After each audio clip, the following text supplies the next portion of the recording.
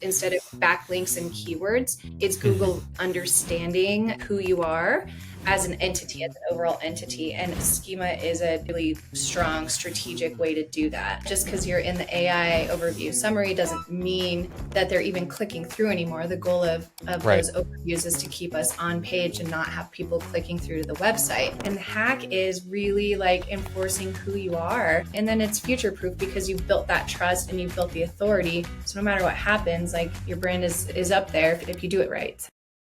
Welcome to another episode of eCoffee with Experts. I'm here today with Devon Hayes. She is the co-founder and director of strategy at Elevation Marketing out of Denver. They specialize in contractors and roofers, home services, which is a very saturated industry. And I'm sure we'll get into different strategies that you're going about to, set yourself apart there. So welcome to the show, Devon. Thank you. Thank you so much for having me. I'm excited to be on here. I'm excited to have you here. Why don't we go back a little bit and just give the audience some context, where you started. You're a founder now, and you've been a founder for over a decade, but you were in the Navy, which thank you for your service. Before all of this, I'm curious how managing IT on a ship actually translated into digital marketing and entrepreneurship. Like, what pulled you into this world? I know, right? It seems like a weird jump. So when I went into the Navy, they were like, "Oh, you scored really high on your ASVAB. Whatever you want to do, you can do." I'm like, I don't know. Like, how about communications? So I got in and I was supposed to work radio, but then they kind of merged data processors with radio men. So it took the two worlds and kind of combined them into IT.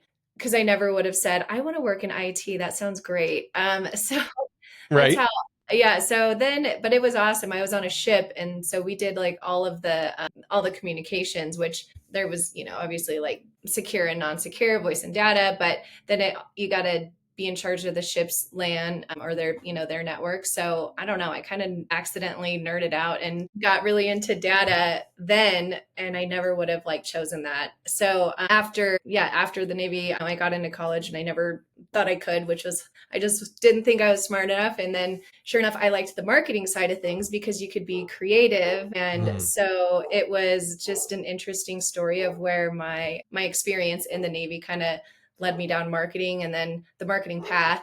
And then, which kind of somehow right out of school, my first job was in construction as a business manager, not quite marketing yet, but I was like, you're looking at numbers and data and on the business side of things. And then Sure. eventually I finally got to get into like a little business development, which then led to marketing, which somehow got me here. But it was a funny path where I had all this weird experience, like working on a wastewater recycling facility in Petaluma, California for Kiewit. That was where I was the business manager. And I don't know, kind of a funny path, but always in construction engineering for the most part. And until one day I married a roofer and he was an owner or is an owner. So I got to see him living kind of the lap of luxury where he's like, oh my gosh, I'm going to take a powder day. We just got like 2 feet in Winter Park. And I was at that point working for the man. And I was commuting like an hour a day. There was meetings on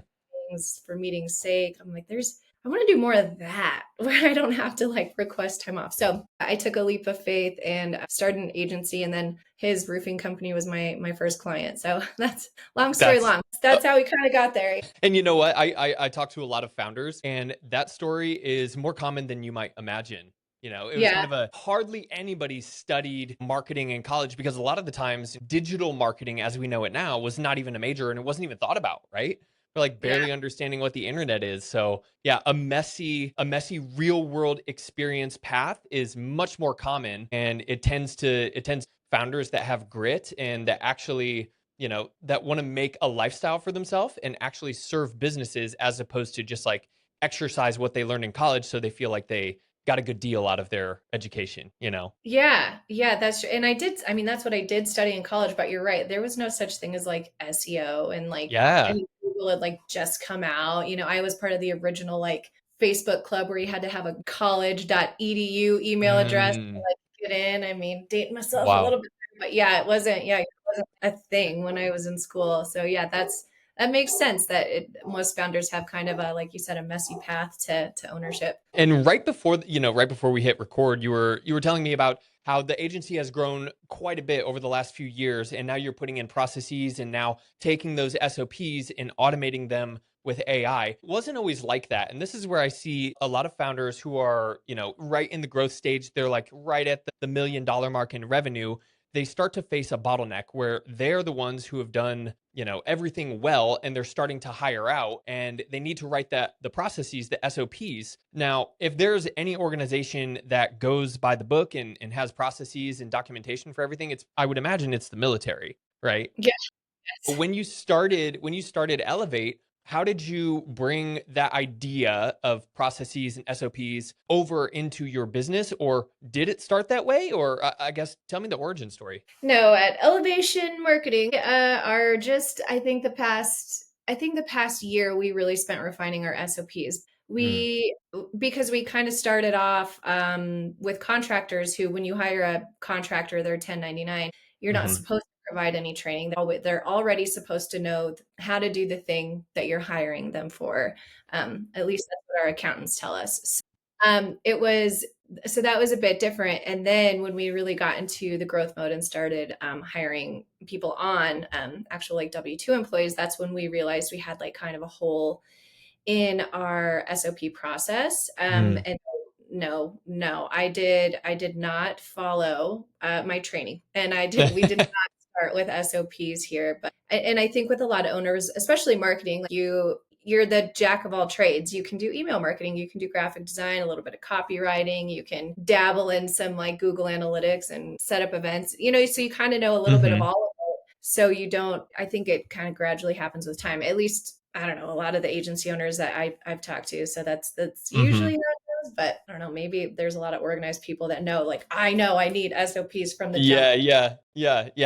It's a learning experience for sure. And I'm curious, you mentioned that your husband's roofing company was the first client. How did you get your second, third clients, and how is that different from how you acquire clients today? Yeah, so with his company, I don't know if people still do this. I know we do, but you put your old URL in the footer of the website, like managed by or run by Elevation Marketing, and then it leads, back to our website. So in Denver, it's a really saturated market for roofers. Any hmm storm-based market like Omaha, Dallas, Austin, those heavy storms where you get hail every season. From that, actually, I had a lot of roofers reach out and say, well, if you can, this is who I Googled. I'm sitting here in Dallas. I'm sitting here in Omaha. I'm sitting here across the country.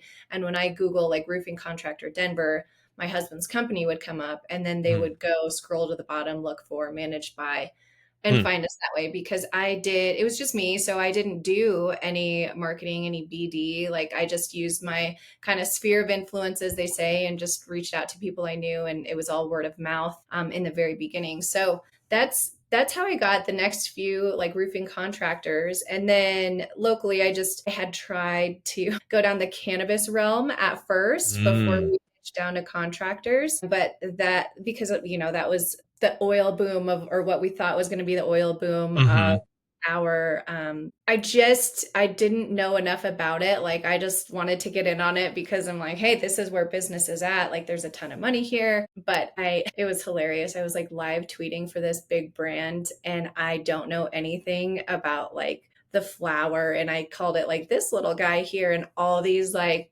people who are in the know are like, that's a girl, like, you idiot. Okay, I Excuse am. me.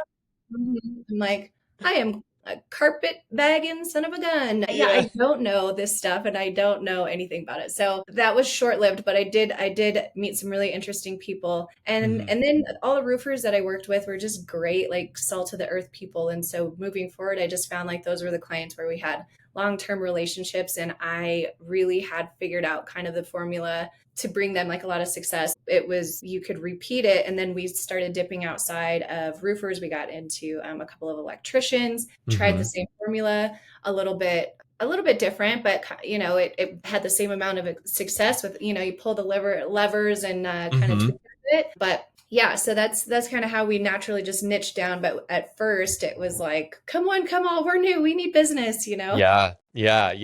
It's the age old trap that we fall into as entrepreneurs is like, we want the business, so we're going to serve everybody. But as we scale up, like, that is not the way. Niching down even further, even a step further, we have a topic and then a subtopic and then a third subtopic, and there's still a massive market there. I'm curious, with contractors and home services, roofing, etc. Usually these founders or these owners, they're not digital savvy. They're not technical people.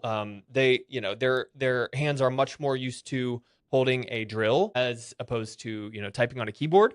So how do you go about interacting with clients in home services and explaining to them the importance of strong web presence, strong SEO, solid link strategy? How do you go about explaining what's the most important thing for them online? Is there a place where you start? Yeah, so it depends on the owner and it depends who I'm talking to. So Mm-hmm. in the contractor marketing space, there is a lot of competition from other marketing agencies. And a lot of those agencies and kind of loud voices in the space, not just marketing agencies, Mm-hmm. they provide a lot of education. And I think a couple challenges we have is contractors come to us and they've heard about, like, I need to get social media ads. I need these social, because in the space that they're in and in their spheres and at the conferences and expos and things they go to, they're told they need to do this. Mm. And sometimes we've got to, like, there's that set of guys where we're coaching them. We're like, well, what's the goal of the marketing activity? Do you really, if it's Mm. lead gen,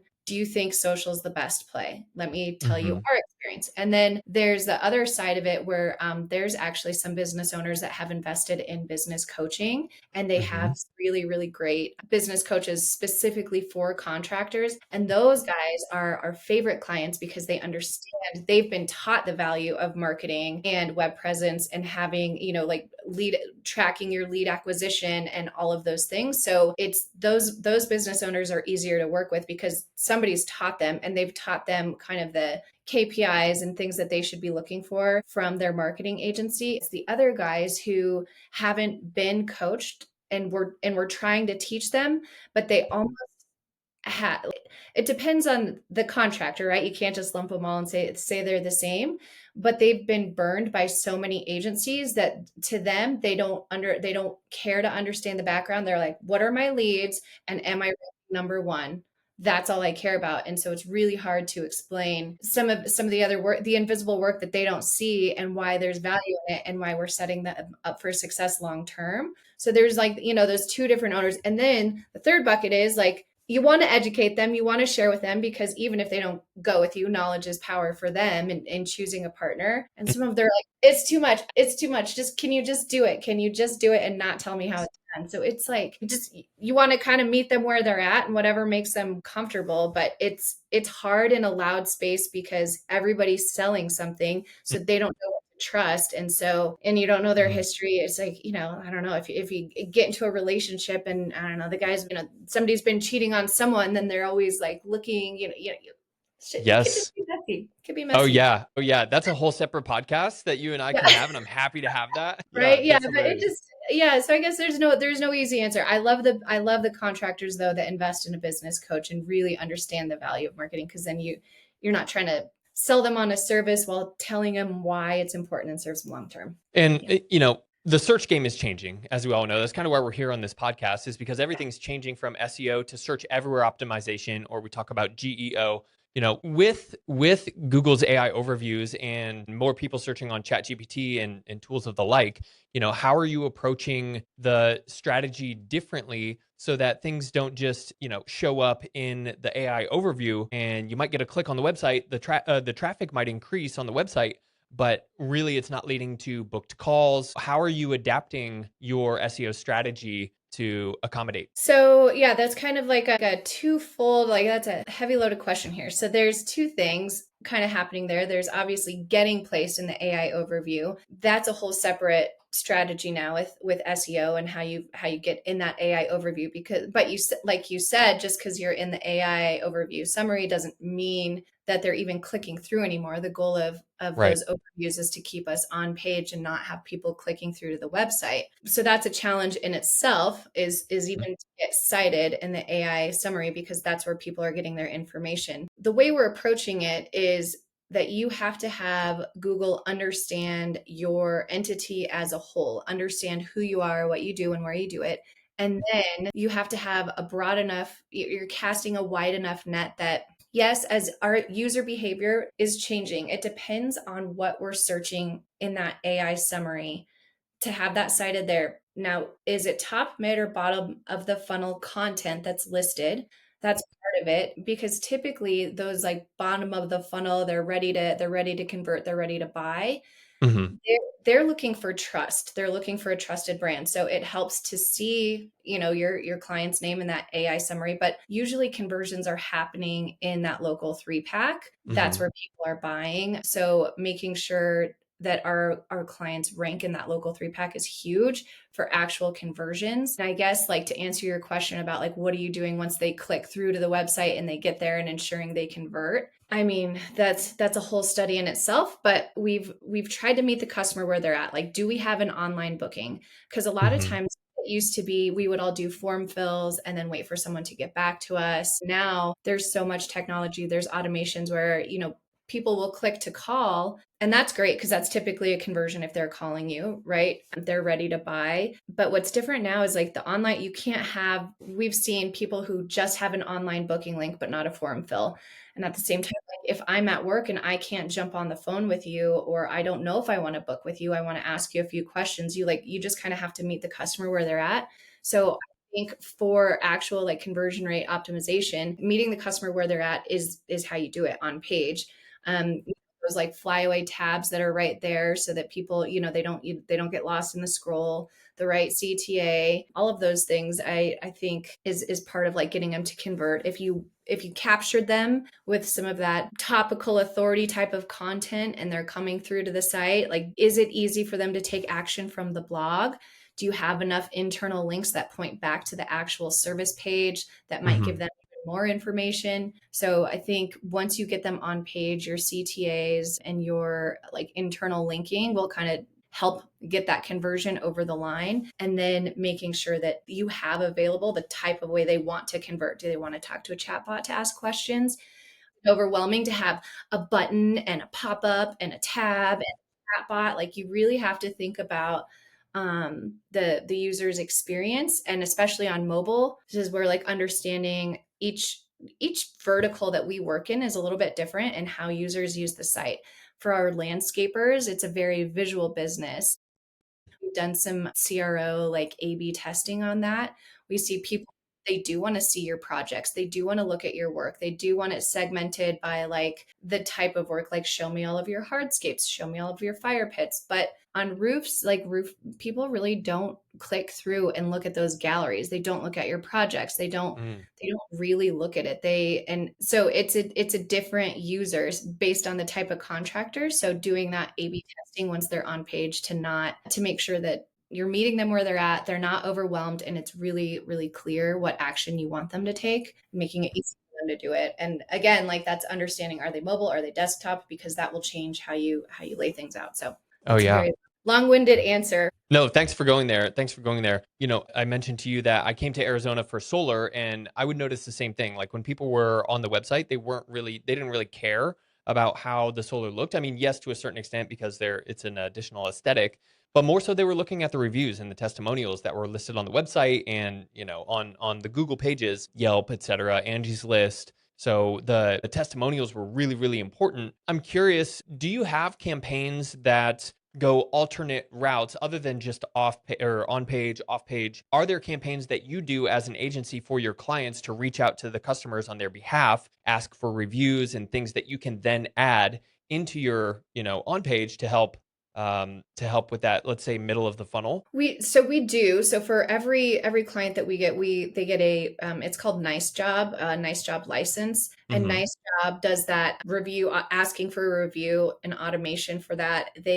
You can kind of set it up however you want to, but their analytics show that 4 touches in requesting a review, the first and the fourth touch are the most successful. And it's a mix between email and text messages, and the most conversions happen so I think the first touch is an email, and then the Mm-hmm. third fourth touch is a text. And those are the two highest converting like touches in a 4 ask sequence. So for our clients, we always put nice job on their website, and they have that automation where, again, it has the four touch sequence, and then it does pull in reviews from as many review sources as you want.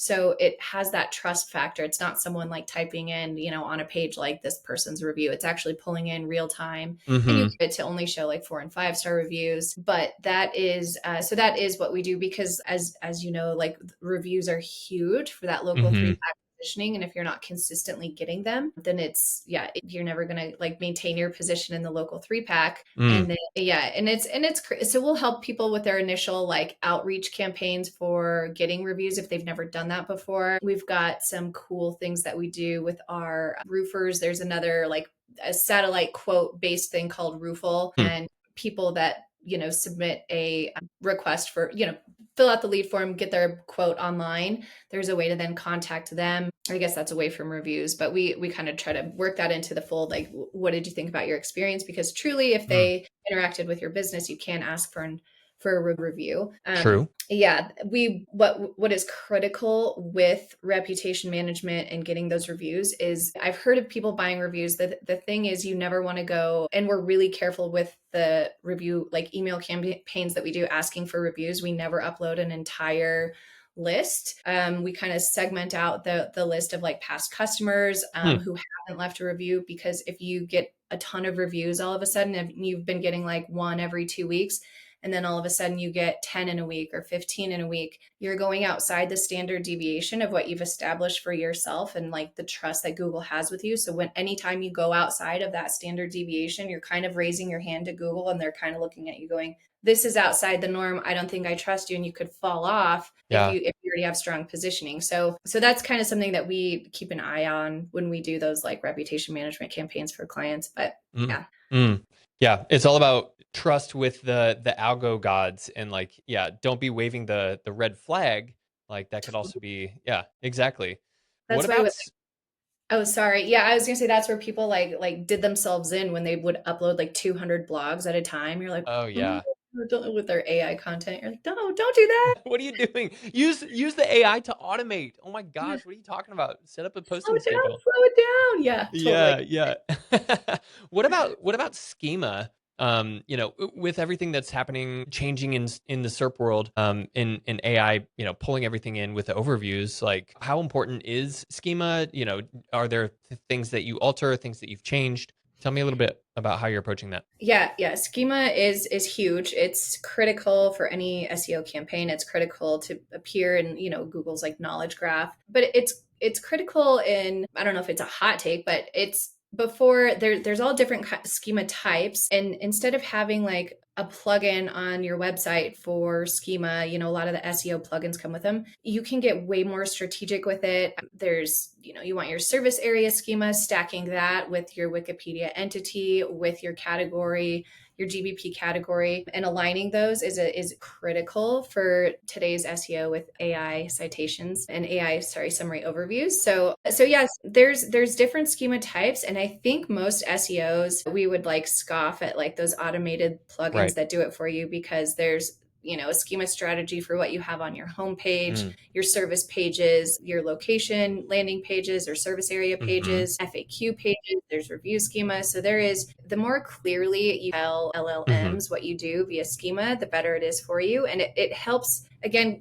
SEO has moved away from those keyword based SEO to now it's, instead of backlinks and keywords, it's Google understanding who you are as an entity, as an overall entity. And schema is a really strong strategic way to do that. I think with like SEO plugins, you'll get maybe like 30 to 40 lines of schema. And the way we do it for our clients is there's like 4,000 lines of schema. So you can really really like juice it up if you know what you're doing. So it's huge. Like any port in a storm, if you are kind of bootstrapping it and you are running your website by yourself, the schema plugins, they're enough. I mean, you can probably use AI to help you juice it up a Hmm. bit more, and run, different schema types on different pages on your site. Any port in a storm, it'll just definitely have schema no matter what you do. It is critical. Yeah. Okay, yes. So schema is important, and any sort of schema is better than no schema, right? Yes. Like you have to have some sort of strategy. That's essentially what I heard. Is that right? Yeah. Okay, perfect. Well, I want to be conscious of time. We're wrapping up here, but talk to me a little bit about AI and how you're using it internally as an SEO agency and what it's doing for you to make things more efficient, to make things more effective, to deal with clients better. What sort of tools are you using or workflows are making an impact for you? I will admit that we should be using AI way more than we do. We're attending a conference at the end of September. The way we've seen it done is we've tried implementing it for like business development purposes where there's some automations and some scraping of email addresses through LinkedIn that there's a whole like workflow and custom GPTs for that. But internally, I think we still use it at its like a really basic kind of way. Like help us with outlines for we've identified we want to write this thing. What would we'd be missing if we didn't put it in here in this piece of content. I'll use it for data analysis sometimes, but no, I swear, like we kind of are dinosaurs a little bit on that area, other than I think some standard uses that everyone probably uses AI for. We're trying to lean into it. I think we watched it when it first came out and everyone used it for writing content. And then we saw what Google did to that content. So, and I know that's the tip of the iceberg with AI. I know there's so much it could do. And I even have an AI guy that I met at an agency conference. And he's like, any task that you do more than twice a week, you should really automate. I'm like, okay, Dang. I know. And he has like all this cool stuff built out. Like it's incredible, but to be honest, like I just feel like we're kind of dinosaurs and we've got some automations in our project management setup. We have ClickUp, we use that, and we have a ton of automations that will then create like folders inside of the drive for a new client setup, automate the 285 tasks that go with a new client and assign them Hmm. into due dates. So I guess that's a big automation, but not really AI based. So I'm sorry to be a letdown in the AI realm. No, ClickUp is great. ClickUp is great, and it's funny. Like even using auto text or like word completion, like technically that is AI.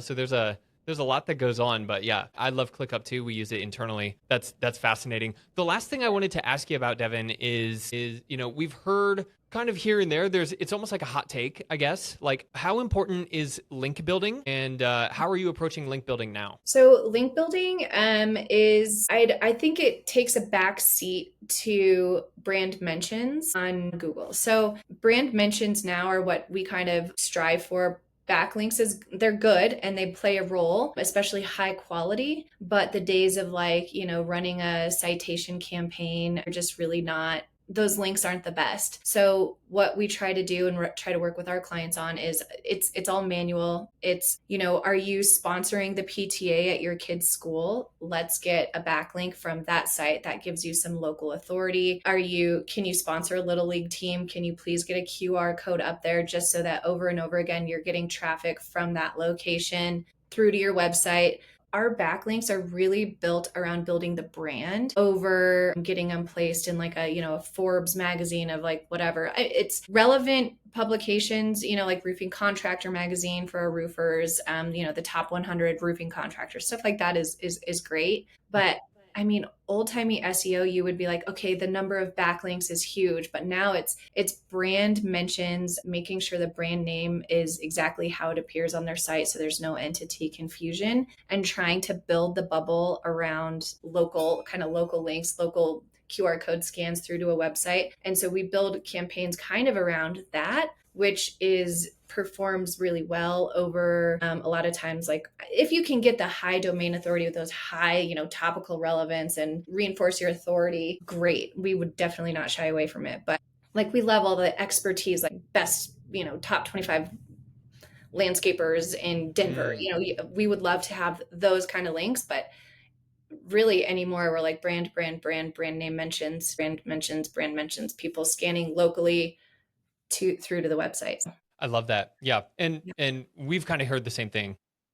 Yeah. is, since AI is able to crawl everything, that's kind of how these, overviews come up. They're not necessarily looking for the citations, they're looking for context, right? They're looking for associations. Yeah. Yes. Yes, they want to, instead of like keyword matches and like they want to understand who you are and understand that you're an authority, and then they'll cite you, and then they'll give an overview of like the piece that you've written that points to the fact that you're an authority, like, and who authored that piece is huge too. That points to the authority piece, helps build trust to then lend itself to getting you in that summary. So it's yeah, it's a different, if it's a different ball game when you're trying to be understood by LLMs. It's fun. I really like it because then there's more creativity with how you like rise a brand, float a brand and have it understood versus just trying to do service plus location keyword matches in 100 different variations.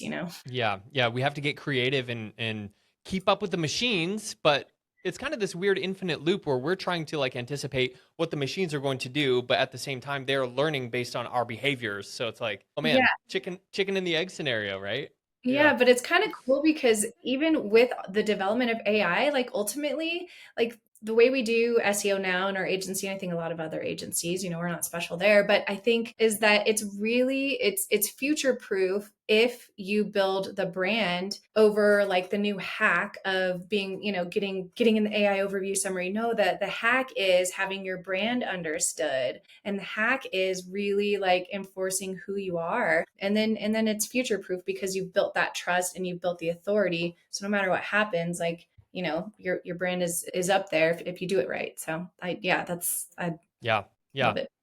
And it also comes from strong relationships with publishers, right? Like just the journalists knowing who you are, knowing that you've produced good pieces in the past, maybe helping them out with some data or a unique report that you've put together. Now that's leaning into the digital PR space, which is a different conversation. But yeah, it almost seems like the lines are kind of blurring between link strategy and digital PR. It's like, okay, yeah. Yeah, totally. And because the content that gets favored that would then have a reporter ask you to be, go on record with X, Y, and Z, it's the case studies that you're putting out for someone. It's those white papers. It's those things that like AI can't really make up when you're telling the story, like a success story or like oh God, this is what we learned. Everything went wrong on this project. And here's how we tried to write the course. Like those are genuine stories that again they make you an authority because you can talk about a negative experience. It's just how you handle that negative experience, especially for our clients. It's construction. Most people are reasonable and understand that you can't help it if a permitting office is going to take 30 days to give you a permit and that sets your entire timeline. But like you just talk through the real world things that I guess AI could make it up, but theoretically it's those pieces that reinforce your authority as like and reinforce your trust over just your knowledge, and your expertise in an area. Kind of those real life stories. Mm-hmm. Yeah, it's something I wish more contractors would do, and even more marketing agencies just lead with like, hey, we're not perfect, like things happen, but an example of when something went sideways in the past, here's how we handled it, and we actually fixed it and made sure that the client came out on top, and we still have a strong relationship because we're always transparent, we're always upfront, and we're always trying to do what's best for the client. I think that sort of transparency in a age of information abundance where stuff can be made up left and right, like that sort of transparency and like having those hard conversations from agency to client, but also from client to customer. Yeah, like I love those. I love reading those, like, oh God. And then you just feel bad because when stuff's hitting the fan, the contractor feels terrible, like the homeowner's having a horrible experience, or if it's your agency and then when we've had stuff go wrong and I know it's like horrible for our client and I'm like, I'm so like you just all the pain of it. And so then to like I question myself whenever anything goes wrong. I'm like, oh my God, freak out. But it's I think that's what makes you good is like when you question yourself, and you care. But yeah, those stories, it humanizes the brand and it shows like, hey, these are good guys. Like even if something goes south, like they are going to do the right thing. And it kind of takes away that fear. Like, are you going to screw me over? And the agency, are you going to take my website? Are you going to keep my content? Are you going to keep my profiles? Are you going to, all those things, just to be like, no, we're Yeah. not keeping any, just like ease that fear that comes with like, especially marketing. It's kind of, we all do a lot of invisible work and our clients don't always know what we do. They don't know what goes into setting up events in Google Analytics. They don't understand why that's how many hours of work, so I think you nailed it when you said transparency and just talking through like when stuff does go wrong. Success stories are great. We love them, but also like what happens when it goes south? That's a really, great point. Yeah. Yeah. Plus, we all know that negative headlines make for better click-through rates, obviously. Yeah. Yeah. Right? Like someone in Denver, Colorado had a hole in their roof for 10 days. Here's what happened. And then it's like, yeah, we fixed it. We came in, we like bought them a new house or something. Yeah. Yeah. It's Yeah, great. yeah, yeah.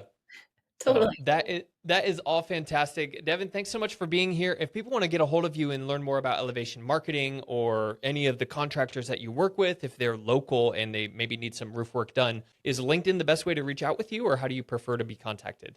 Yeah, LinkedIn, or you can go to our website, elevmarketing.com is a great way, and you can just interact with a chatbot or fill out a form, whatever you like. And yeah, we'll be in touch with you. Fantastic. And I think you should give yourself more credit. You actually do have AI working for you with the chatbot on the website. Oh yeah, that's right. Yeah, There that's right. you go. Her name's Adrian, and if you type in "Yo Adrian," you'll get a fun little surprise on that one. Yo, Adrian, what's up? I'm going to try that after this call. Yeah, Yo Adrian. That's awesome. Thanks again, Devon. All right, thank you.